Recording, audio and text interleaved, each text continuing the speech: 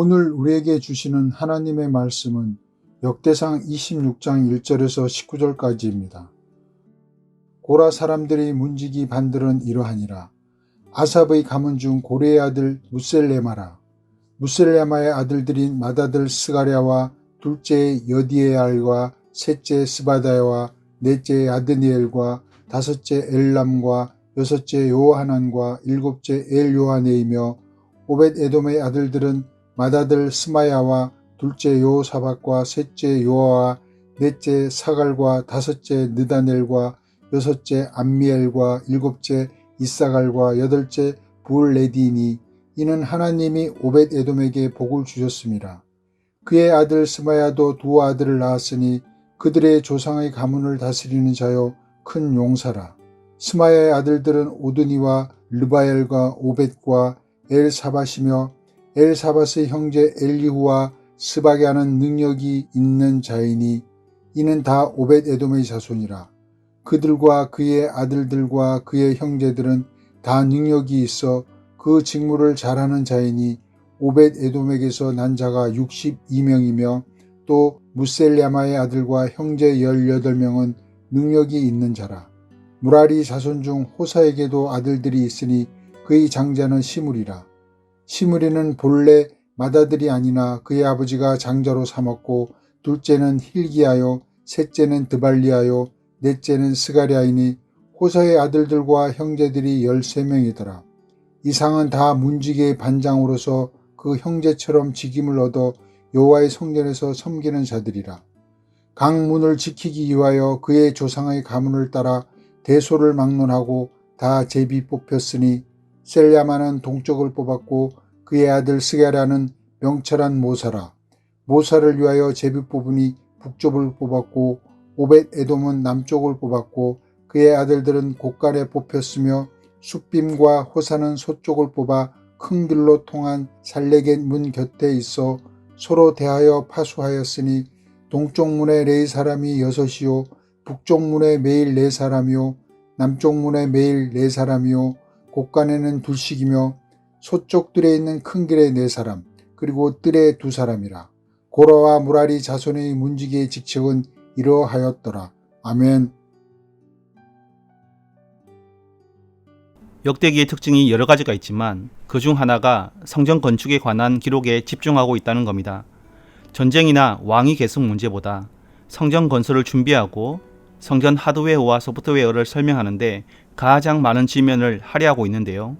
역대상 마지막 장인 29장까지 계속됩니다.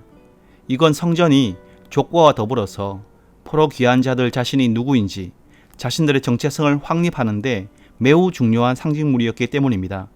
특히 23장부터 27장에서는 성전을 관리하고 성전에서 하나님을 섬기는 직분을 맡았던 레위인 조직에 관한 내용을 다루고 있는데요. 23장은 레위인을 구분하고 24장은 제사장의 명단과 24반차를, 어제 본문인 25장은 찬양하는 레위인들 명단과 24반차를 기록하고 있습니다.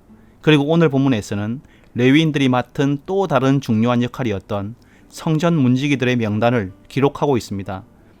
1절부터 11절까지 성전 문지기들의 명단을 보면 크게 세 가문으로 나뉩니다.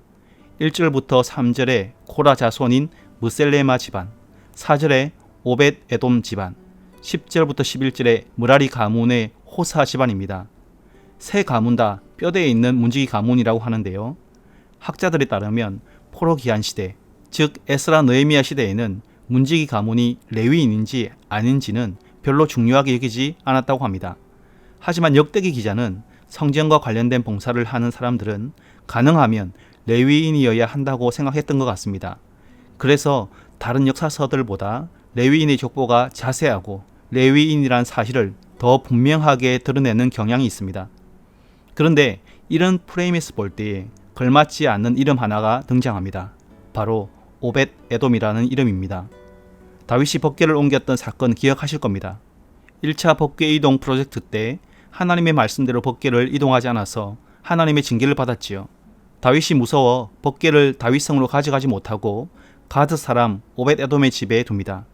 그때 하나님께서 그의 집과 소유에 복을 내리셨습니다. 4절 5절 말씀이 그 사건과 관련된 말씀인데요. 오벳에돔의 아들 8명의 이름을 소개하면서 이렇게 많은 자손을 얻은 것은 다름 아닌 하나님의 축복 때문임을 은연중에 드러내고 있습니다. 그래서 5절 후반부에 이는 하나님이 오벳에돔에게 복을 주셨습니다. 이렇게 기록합니다. 그런데 오벳에돔 가문이 비록 이처럼 큰 복을 받고 다윗 왕 시절부터 성전 문지기를 담당한 뼈대 있는 가문이었지만 레위인은 아니었습니다. 심지어 그는 가드 사람, 즉 블레셋 이방인이었습니다. 그럼에도 불구하고 하나님의 궤를 3개월간 잘 보존한 그 일과 관련해서 하나님은 이스라엘 백성, 그것도 오직 레위인만 감당할 수 있었던 그 거룩한 직분을 그와 그의 후손들에게 맡기신 겁니다. 성도 여러분, 저는 문지기 목록에 오벳에돔이란 이름이 기록된 걸 보면서 하나님이 어떤 사람을 쓰시는가 생각해 보게 되었습니다. 성전 문지기에게는 중요한 2가지 역할이 있었습니다. 하나는 부정한 자나 부정한 물건, 짐승이 성전에 들어오지 못하게 해서 성전의 거룩을 유지하는 것이고, 또 하나는 성전의 치안을 담당하는 것이었습니다. 성전에는 사람들이 하나님께 바친 제물과 보물이 많았기 때문이죠. 내일 본문 26절부터 28절이 그런 정황을 잘 설명합니다. 이처럼 문지기 직무는 보잘것없는 허드렛 일이 아니라 제사장과 예배 봉사자 다음으로 중요한 직책이었습니다. 그런데 그 일을 하나님은 이방 사람에게 맡기셨다는 겁니다. 자세한 기록이 없기 때문에 확실히 이거다라고 말할 수 없지만 정황상 오벳에돔은 이방인이었지만 하나님을 경외하는, 그것도 하나님을 잘 믿는 사람이었다고 추측할 수 있습니다. 하나님께서 복을 주셨다는 사실과 뼈대에 있는 문지기 가문이었다는 사실이 이를 반증하는데요. 하나님께서 자신이 거하시는 거룩한 성전을 지키고 돌보는 중요한 일을 어떤 사람에게 맡기시는가? 오늘날로 말하면 주님의 교회를 누구에게 맡기시는가? 혈통이나 직분, 다른 조건, 소위 스펙이 좋은 사람이 아니라 살아계신 하나님을 경외하고 사랑하는 사람들에게 맡기신다는 겁니다. 시편 84편 10절에 이런 말씀이 있습니다. 주의 궁정에서의 한 날이 다른 곳에서의 첫날보다 나은즉 악인의 장막에 사는 것보다 내 하나님의 성전 문지기로 있는 것이 좋사오니. 저는 이 구절이 오벳에돔의 마음을 잘 대변한 시가 아닐까 생각해 봅니다. 바로 이런 사람에게 하나님께서 교회를 섬기고 교회를 거룩히 지키는 거룩한 사명을 맡기신다는 겁니다. 사랑하는 성도 여러분, 하나님은 교회를 세우시기 위해 죄인이었던 우리에게 심판과 형벌 대신 목사나 장로, 권사, 집사와 같은 영광스러운 직분을 주셨습니다. 이 귀한 직분이 제 역할을 하기 위해서, 교회를 세우는 직분자가 되기 위해서 무엇보다 필요한 건 오벳에돔이 가졌던 하나님을 지극히 경외하는 마음이, 사랑하는 마음이 아닐까 싶습니다. 그뿐 아니라 하나님을 경외한다면 그가 누구든지 어떤 사람이든지 하나님께서 그를 통해 당신의 교회를 세워 가실 것입니다. 우리가 바로 21세기 오벳에돔, 우리 가정이 오벳에돔 가문이 되게 해달라고 오늘 이 아침 하나님께 기도하시기를 소원합니다. 오늘 본문에서 또 한 가지 주목하고 싶은 것은 문지기들의 위치를 정할 때에 제사장과 찬양대들과 마찬가지로 제비뽑기를 한 것입니다. 12절부터 19절까지 간단하게 정리해보면 성전의 동서남북 문들과 곳간까지 매일 총 24명의 문지기들을 세워 성전으로 드나들 수 있는 모든 문들과 길을 지켰습니다. 그런데 13절에 보면 각 문을 지키기 위하여 그의 조상을 따라 대소를 막론하고 다 제비를 뽑았다, 이렇게 기록하고 있습니다. 세 번역은 그들의 큰 가문이나 작은 가문을 가리지 않고 제비를 뽑은 바로 그 문을 지켰다고 번역합니다. 제비를 뽑았다는 건 단지 공평하게 했다는 것을 의미하지 않습니다. 하나님께서 맡기신 대로 순종했다는 것을 의미합니다. 그리고 17절에 동쪽 문을 총 6명이 지켰는데 다른 문들에 비해 2명이 더 많습니다.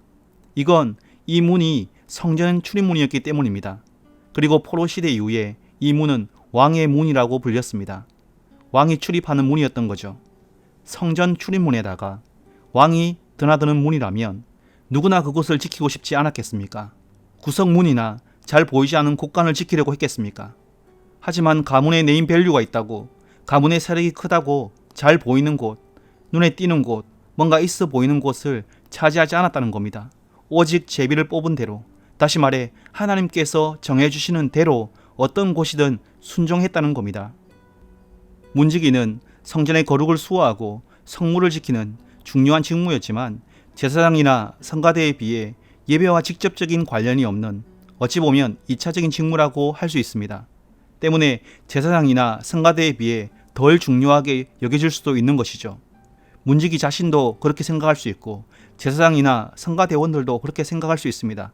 또한 문지기들 사이에서도 어느 문을 맡았느냐에 따라 비교하면서 자신들이 맡은 일이 상대적으로 하찮아 보일 수도 있었을 겁니다. 그런 마음은 그 직무를 맡기신 하나님에 대한 불만으로 자연스럽게 직무 태만으로 이어질 수도 있었습니다. 하지만 문지기 가문들은 비교하기보다 자신이 맡은 문지기 역할을 대대로 충성스럽게 감당했으며 어느 곳을 맡았든지 상관없이 성전의 거룩을 지키기 위해 노력했던 것으로 보입니다. 그 결과 성전은 거룩하게 지켜졌을 것이고 제사장과 찬양대는 다른 방해 없이 예배에 집중할 수 있었을 것입니다. 사랑하는 성도 여러분, 자신에게 맡겨진 사역과 직임이 약간 덜 고상해 보일 수도 있고 덜 중요하게 보일 수도 있습니다.